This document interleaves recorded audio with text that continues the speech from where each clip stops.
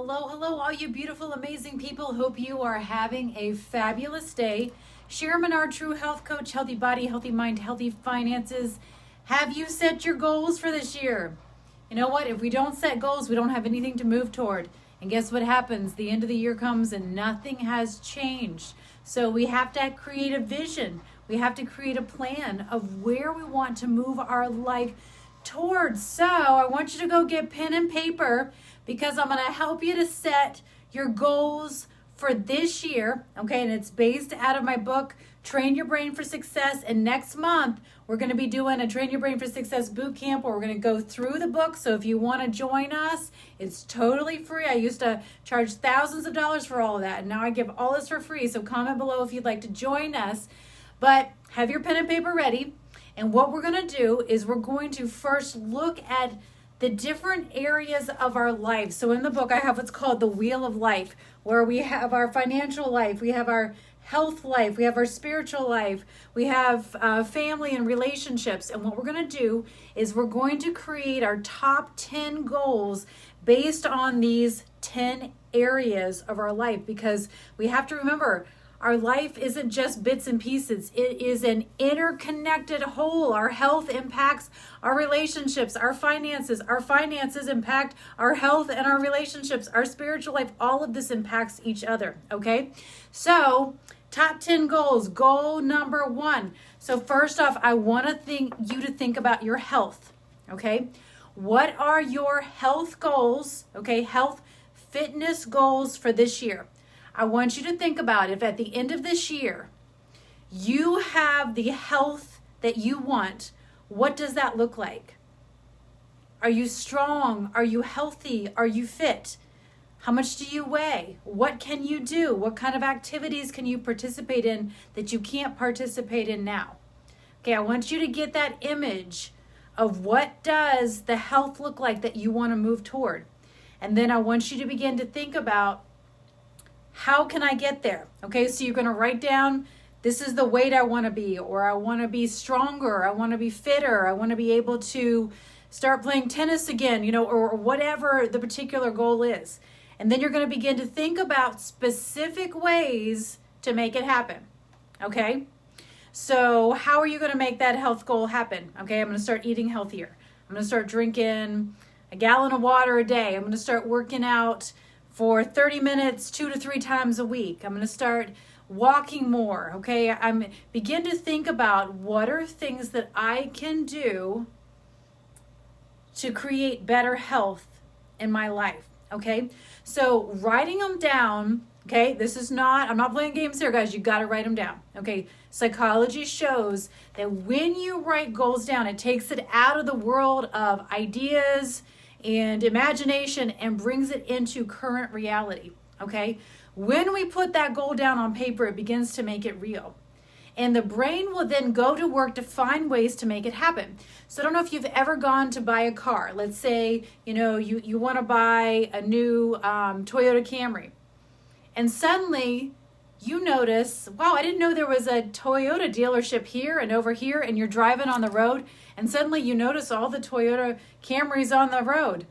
Like, your brain suddenly becomes aware, okay? So what we're doing is we are putting down on paper so we can create awareness. And I'm telling you, your brain is going to go to work to find ways to do this. So my health goal for last year is I wanted to get to 18% body fat, okay? That was my goal.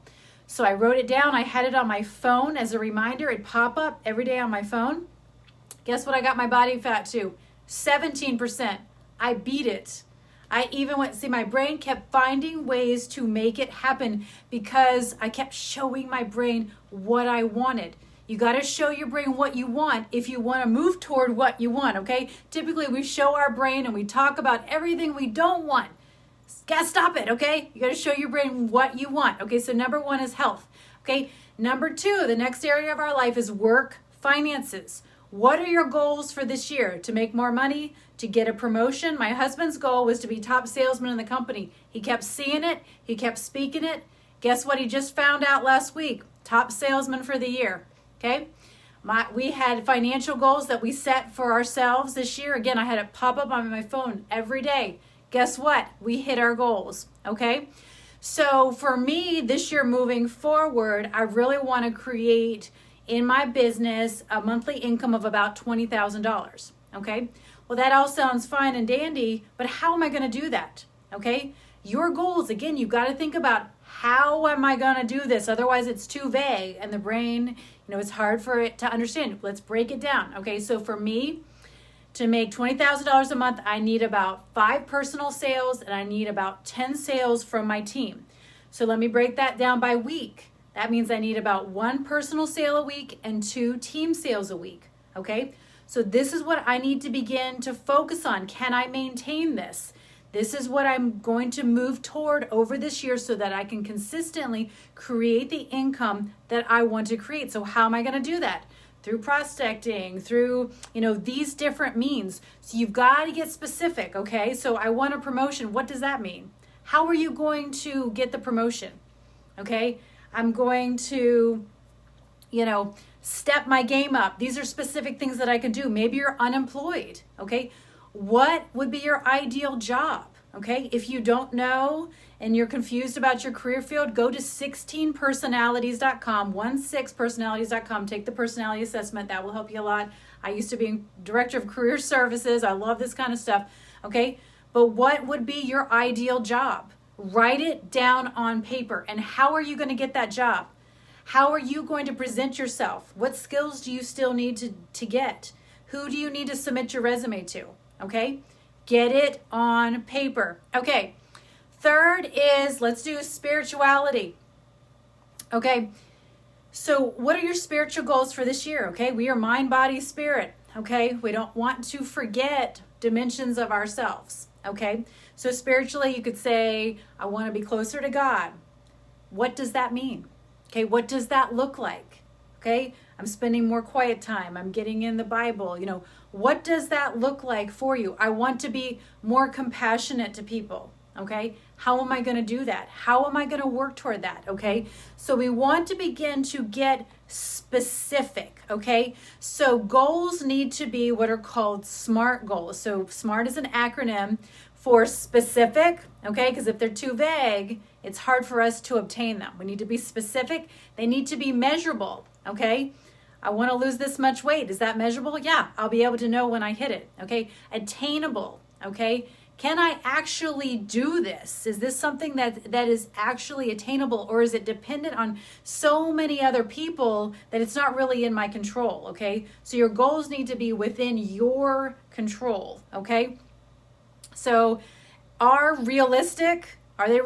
Just because your friend lost 50 pounds in 2 months doesn't necessarily mean that's a goal that you should have, okay? Make them realistic, and then they need to be time bound. You need to set a time limit. I'm going to do this in the next 2 months. I'm going to do this by summer. I'm going to do this by fall. I'm going to do this by the end of the year, okay? And this is how we begin to create goals that can really happen, okay? We give them framework to make them happen. Okay, the next section of our life is I want to talk about relationships, okay? I want to talk about your spouse, your partner, okay? Developing better relationships with them. What is your goal for your intimate relationship this year? Okay, if you don't have one, maybe you need to list out qualities that you're looking for and what qualities are still missing in you to attract the person that you really want. Okay, are you the type of person that's going to attract the type of person that you want?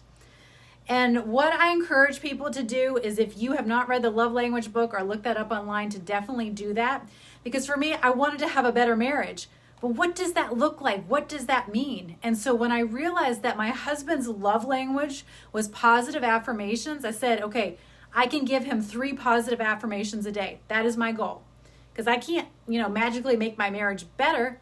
Like, I can't control all of that, but what can I do? I can feed into his love language. And let me tell you, giving him those positive affirmations, he just lit up. I mean, it changed our marriage so much. And then he would give me positive affirmations, but that's not my love language. Like, my love language is quality time. So I'm like, don't tell me, show me. So learn to communicate with each other. Okay, what your love languages are, what your needs are, but maybe you need better communication in your relationship. Okay, how are you going to do that? Are you going to go through an online little, study that you can do together? Are you going to read a book together? Like, what is your goal for this year? Guys, this is really, really important. Okay, next is community. Okay, it is important to be involved in our communities. I know it's been hard this past year, but are there places you want to volunteer? Are there places you want to give to? How can you impact, make a difference in the community? We need to step outside of our little circle and we need to get more involved. And I really want you to think about, how can I make an impact in my community? Because as you're doing that, you're rising up to be a leader.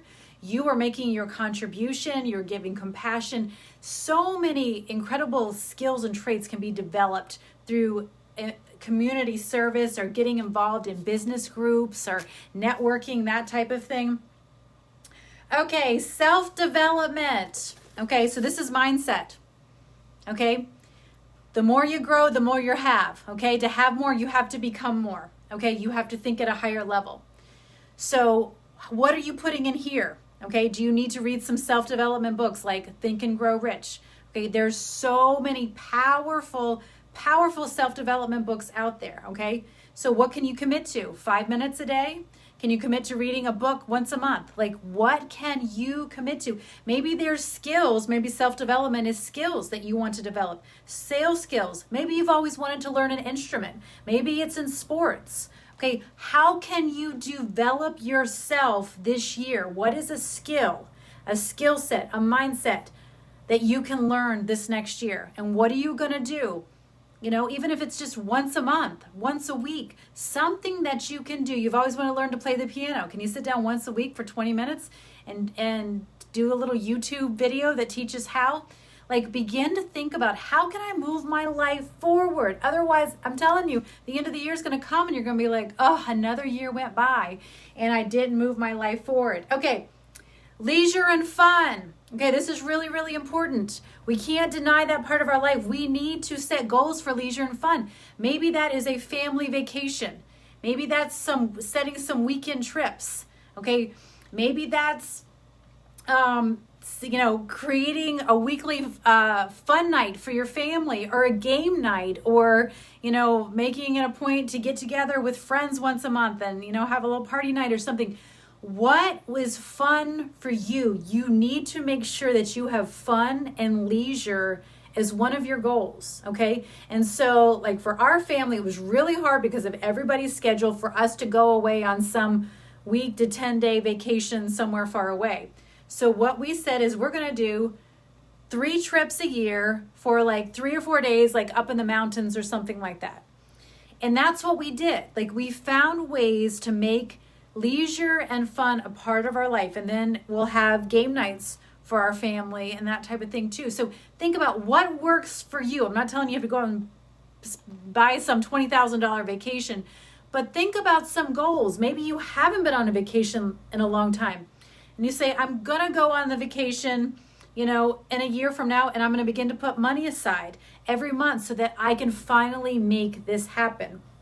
All right, friends and family. Okay, what are your goals for friends and family this year? To create closer relationships, to have better communication. Okay, how am I going to do that? Begin to think about maybe there's people that I need to forgive. Like, it might be a goal that I'm going to work on forgiving this person, or moving past this person, or I'm really going to work on getting along with this person this year. Okay? All right. And last is environment and surroundings. So I want you to think about either your home or your office. Okay? Surroundings are really important. They affect us mentally. Okay? So I want you to think about, do I need to make some self-improvements in my home? Okay? Are there just some few little, decorations or things that I could do in my office that would really just make me feel better being in there? Maybe I need to get my office organized, or my home free of clutter, or I need to organize my basement. I mean, our basement forever, I get it organized and I feel like then it gets torn apart down there. So it's like, okay, by spring, I'm going to make sure that every Friday I'm going to go down there for an hour and work on the basement. I'm going to get that organized, okay? So we want to think about the different areas of our life, because if we don't recognize them and get them on paper, it won't get done, okay? So that's really an overview of our life. And then what we're going to do is we're going to